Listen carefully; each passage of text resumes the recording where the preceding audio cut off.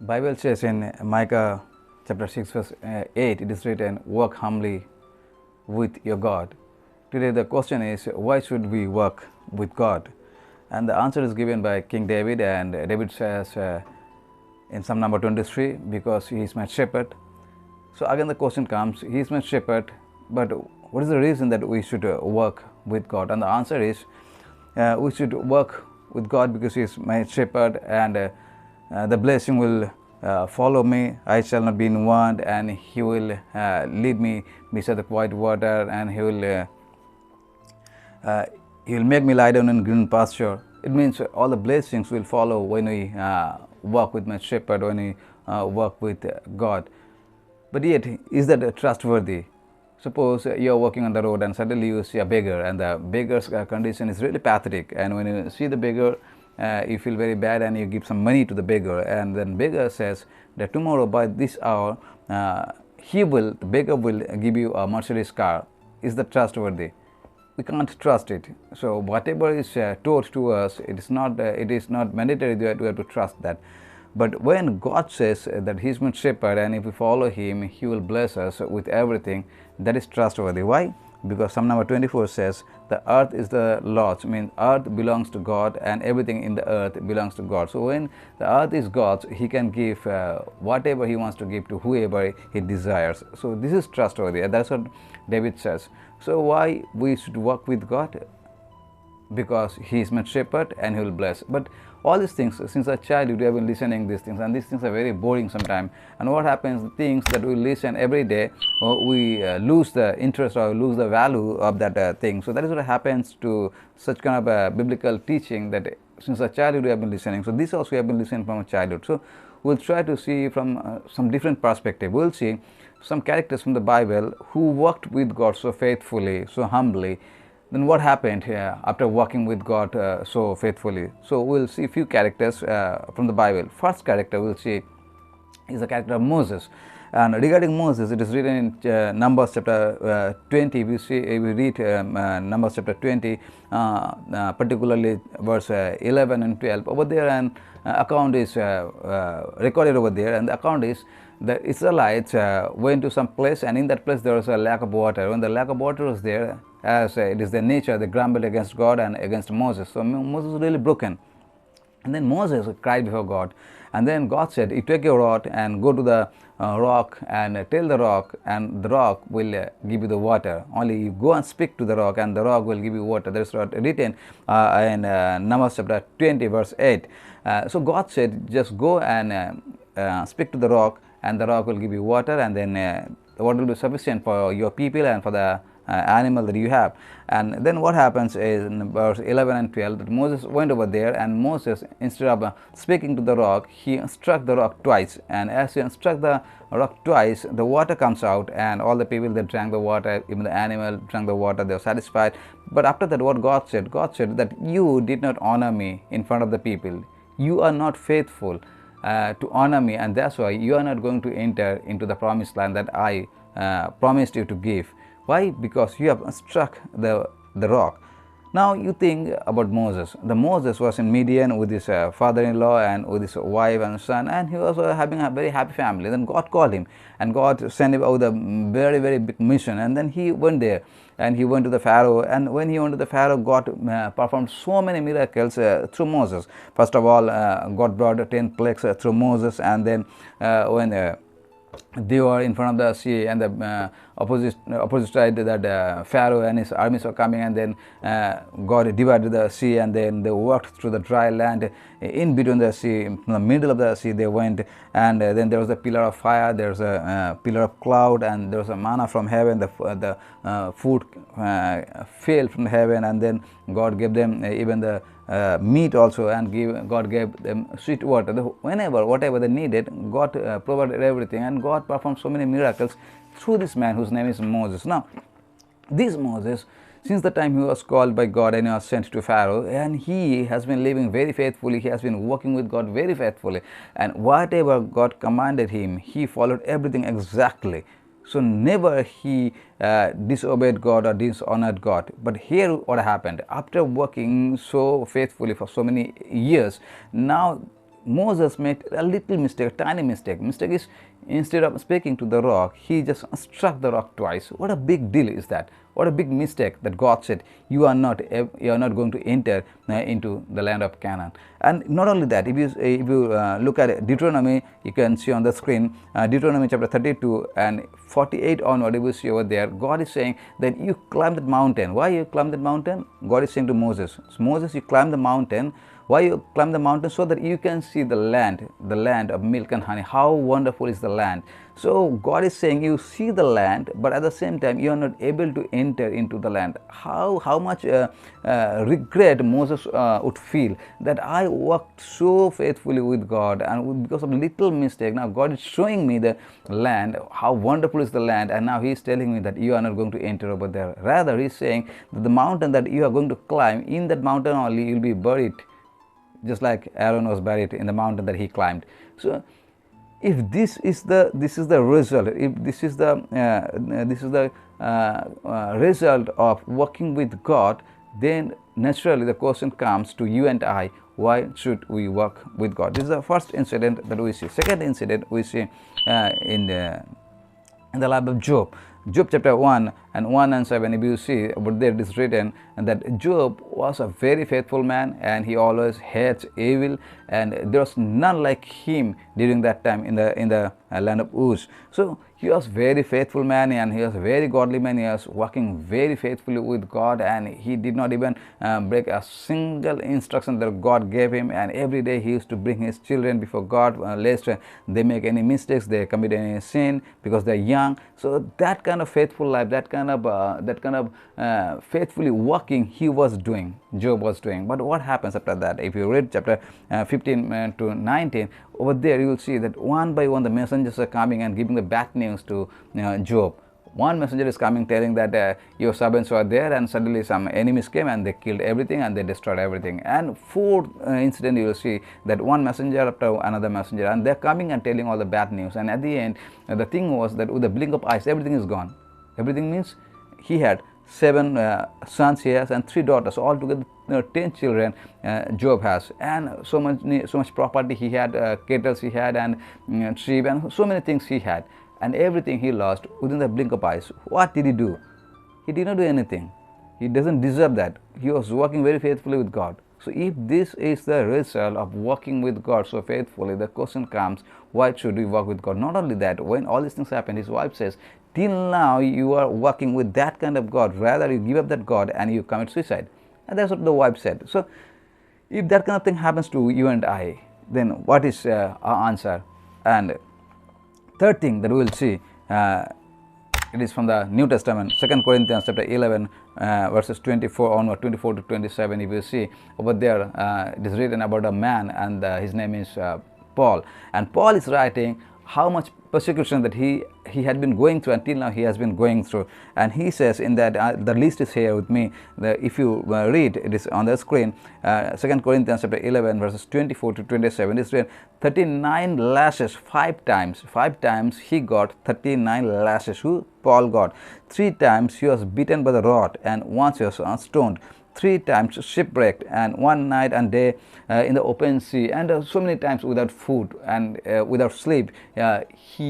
He lived. He had gone through all this persecution. And now you think, when he was Saul, the Christians, the believers, used to be afraid of him, because he was the one who is to persecute, who is to bring the torture in the life of believers. Now something happened when he was going to Damascus. When he was going on the way to Damascus, and he saw a light brighter than the sun, then he had an interaction with Jesus.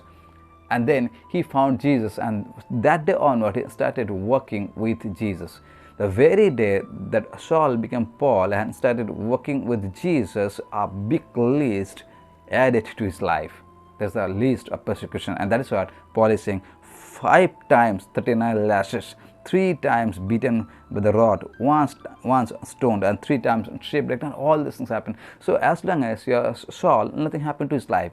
Once he started working with God, now all the bad things started happening to him. Now if the same thing happens to you and I, how we are going to justify this matter? And the fourth incident happens, it is written in Matthew chapter 14. And in Matthew chapter 14, an account is written this about John the Baptist and King Herod. And what happened is, there was a time that King Herod's birthday was there, and when King Herod's birthday was there, Herodian's daughter danced before King Herod and other people, and King was very pleased with the dance because she danced very well. And then King was so pleased, and King told the girl, the daughter, that whatever you ask, I will give you. And then the daughter said, because her mother taught her, daughter said that I want the head of John the Baptist who is in the prison. Now King sent the messenger, and then they got the head of John the Baptist, put it on the plate and placed it before the girl. Now you think, John the Baptist, if you read Matthew chapter 3, over there it's written that we can hear a sound in the wilderness, the voice is crying out, what? That you make the path straight, because the kingdom of God is at hand, and so many people are coming and being baptized. This is the John the Baptist. The very reason of John's life, the very purpose of his coming to the earth was to walk with God, and that is what John was doing. He was doing very faithfully. He was living a life in the wilderness. Only the one focus, or only one ministry he had, to proclaim the good news of Jesus Christ, and that is what he was doing. And as a result, what happened? One day what happened is, he told King Herod that what you are doing is not right. What Herod was doing? Herod was keeping his brother's wife with him as his own wife. And John said, what you are doing is not right. And you know, the truth is always bitter. So that truth was so bitter to King Herod that he put him into the prison. So John was in the prison. Why? Because he told the truth, and he was working very faithfully with God. And as a result, what happened? He was never released from that jail, prison, but his head was cut. He was beheaded, and his head was placed on a plate and given to the girl. So these four incidents, if we see, then the question will come: why should we work with God? And this kind of experience we also may have, that when you work with God, and so many bad things which we don't desire, it comes to our life, and naturally that kind of question may come: why should we work with God? And the answer again is given by King David. David is answering that if you read 23, and we all memorize Psalm number 23, and he says that I will fear no evil. When you walk through the valley of the shadow of death, I will fear no evil. Now, if you bring that answer, that I will fear no evil. Now, Moses, for 40 years, he led the people, and he really struggled hard. But at the end, he could not enter into the promised land. But yet, David is saying, I will fear no evil. Now, if you think about Job, Job lost everything: 10 children, 7 boys and 3 girls, and all the property, everything he lost with the blink of eyes. But yet, David is saying, I will fear no evil. Paul, he suffered a lot when he became Paul from Saul. As long as you are Saul, nothing happened. But when he became Paul, and all these things happened. But yet, David is saying, I will fear no evil. And then John, he was beheaded. Even though he was working very faithfully, the very purpose of his life was to walk with God, and he was doing that. But yet, here David is saying, I will fear no evil. So what is that thing that David is talking about? And he is saying, when I walk through the valley of the shadow of death, and the people who live in the city, we don't understand what is the valley of the shadow of death. And I usually say in this way, that suddenly if we come to know that in my body or in my loved one's body, it is found that the person, or I am having cancer or HIV or any bad disease which cannot be cured, then that experience is like taking us to the valley of the shadow, valley of the death. So the experiences that we go through, everyday experiences, that could be a financial crisis, that could be some bad deadly diseases in our life, in our loved one's life, or any other things. When you experience such kind of thing, that is the valley that we go through, valley of the shadow of death. So when you go through that, here David is saying, I will fear no evil. I remember I experienced this that valley. It was 2012, and 2012 we got married. I got married with my wife, and when we got married, the first thing every couple they have is to have children. So we also had the same thing, that we wanted to have a child. So after getting married, after 2 years, we came to know that my wife conceived. So when we came to know that she conceived, and we were very happy, and every day we used to pray, we used to keep our hands on her tummy, and we used to pray for the baby. And for almost 2.5 months we prayed like that, and we were very excited, very happy, waiting for the baby to come out and to celebrate. And what happened is, after 2.5 months maximum, suddenly one day some pain occurs in her belly, and she says that it is paining. Then After that, the bleeding started. We called so many doctors. Doctor gave so many expensive injections and all. And we prayed so hard. We cried so bitterly before God. Lord, please secure the life of our baby into the tummy. And we did, no matter whatever we could do, we did. But nothing happened at the end. The baby was gone. It's dead. And we are totally broken, totally shattered. And we did not know what to do. And for me, the question was coming again and again, because I am the only one from a different background, from different faith, and God is the one who brought me from the different faith. And since the time I have come to the Lord, since 2000 I came to the Lord, and then 2006 I was baptized, and 2007 I went to the Bible college. 2008 I started doing the ministry, and till now I have been doing the ministry. So the question was coming, Lord, I am the only one from my family that you have called me, and have working very faithfully, that you know how I'm doing my ministry. Then why this thing happens to me? All my friends who don't know you, and they are getting married, they are getting children, again their children also getting children, and all the bad people who don't know you, who don't serve you, and who don't even bother you, and they're getting married, they are having children, they are having big job, they are having money, everything they are having. But you have called me from different faith, and now why all this thing happening with me? We are totally broken, my wife and I. We cried and cried and cried, but nothing happened. Again, after 2 years, again she conceived. Again we are very happy, but at the same time fear was there. Why fear was there? Because already one miscarriage had happened. So very fearfully every day was to pray for the baby, like previous time, and every day was to pray, but the fear was there. Again after maybe 2.5 months, again bleeding started. When bleeding started, again we called the doctor. Doctor gave so many injections. We prayed, we cried, we kneeled before God. So many things we did, but nothing happened. That child also gone. And I remember that when that child was washed away from her tummy, and it was kept in a glass bottle, and when we call the fetus, all the things that they put in the bottle for a biopsy report. And when my wife saw that bottle, and she cried so bitterly, and she said, "This is my baby inside that small tiny bottle." So that painful incident that we had gone through for 7 years without any child, and at the end we came to the conclusion that God is not going to give us a child, and all his questions to come back of our head. Why all this thing happens? We are working so faithfully, my wife and I. We are serving you so faithfully. We are working with you so faithfully. We try our level best to follow every single instruction given by you. We follow your Bible. Then why all these things happening to me? And the same question may come to you and me, because this is very natural. So what could be the answer? Why should we work with God? And I don't deserve to answer. I don't have that much wisdom to answer. But one person can answer. His name is Paul, because he has gone through a lot, because he worked with God. So he is the right person to answer. And he answers in Romans chapter 8, 35 to 37. It is on the screen. He says, no matter what, nothing can separate us from the love of God. Nothing can separate us from the love of God. No persecution, no peril, nothing. I have gone through a lot, but nothing can separate us from the love of God. So what I mean to say, somebody said in this way, don't be afraid of an evil unless it separates you from God. Don't be afraid of an evil unless it separates you from God. So what is an evil? An evil is the incident which will separate you from God. Apart from that, no matter what happens, nothing can separate you and me from the love of God, whether it is persecution, whether it is beaten, whatever it is. So nothing can separate us from God. Therefore, fear no evil. So because we are more than conqueror, according to Romans chapter 8, as Paul said, through whom? Through Jesus Christ. And that is what David said, that we need to work with God because he is my shepherd. And that's why it is written, the Lord is my shepherd, and when the Lord is my shepherd, I'll fear no evil.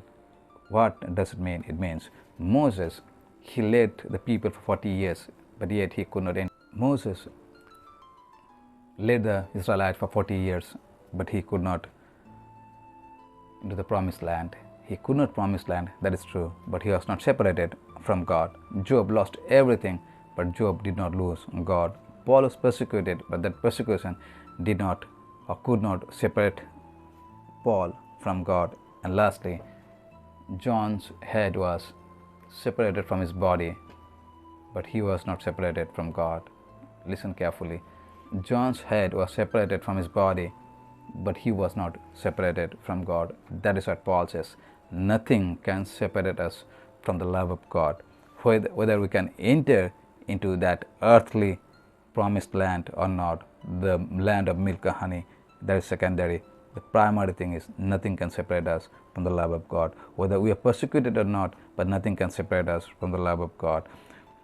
Whether we lose everything or not, but nothing can separate us from the love of God. So when nothing can separate us from the love of God, why should we feel, why should I be afraid of an evil? Because that incident is not taking us away from God, and that's why we need to work with God. But yet we may have a question.